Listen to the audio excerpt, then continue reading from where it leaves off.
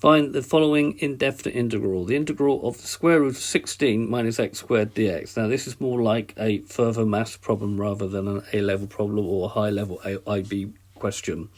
So the integral of 16 minus x squared dx. Now integrals of this type, and the type is a squared minus b squared over x squared dx, required the use of the substitution x is equal to a over b sine u.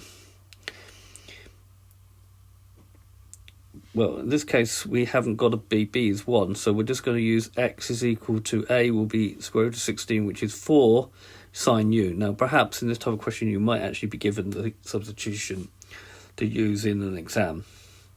Okay, if we differentiate that, we get dx du, and that's 4 cos u.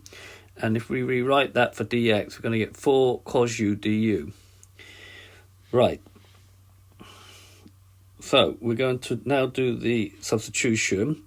So it becomes the integral 16 minus 4 sine u squared. So it becomes 16 sine squared u. 4 squared is 16 sine squared u times dx, which we will replace with 4 cos u du. Now the common factor here is 16. That can come out. When it comes out, it becomes 4. And we now get 4 square root of 1 minus sine squared u, 4 cos u. The 4 and the 4 we can put together and make 16. So we get 16 times the square root of 1 minus sine squared u, cos u du. Writing that out again. Right, we can now use a trig substitution. We know that cos squared u is 1 minus sine squared u, so we'll put that in there. So it becomes 16 times the square root of cos squared u times cos u du.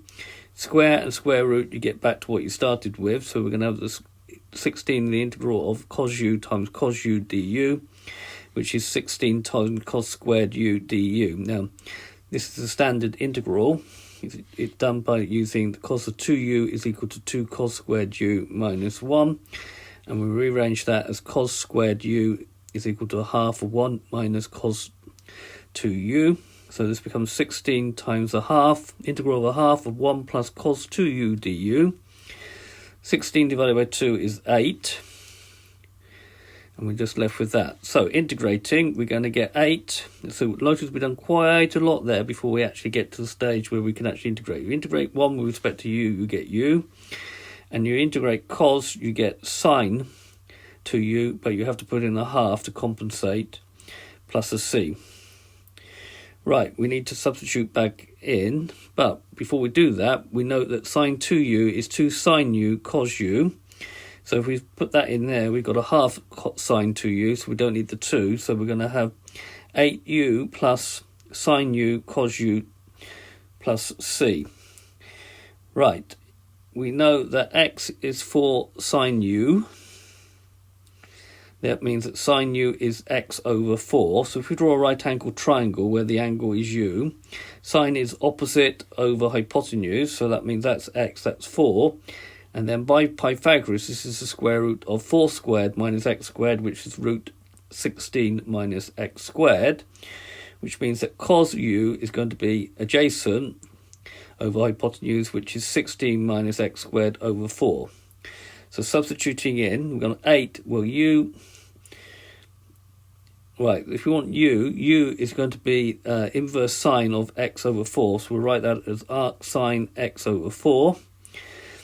Sine u is x over 4, and cos u is the square root of 16 minus x squared over 4 plus c. So writing that out, now you could rewrite this as this by making it a half of 16 arc sine of x times the square root of minus x squared. Okay, because if you took that 18, it becomes 8 over 16, which is a half. And this would have to be 8 over a half. 8. This had to be 8, so you have to write it 16 over 2. Okay, so this is the final answer. Okay, this has been an integration by substitution. Quite a hard example, probably one for further maths or higher level IB. I hope you've understood, and I thank you very much for watching.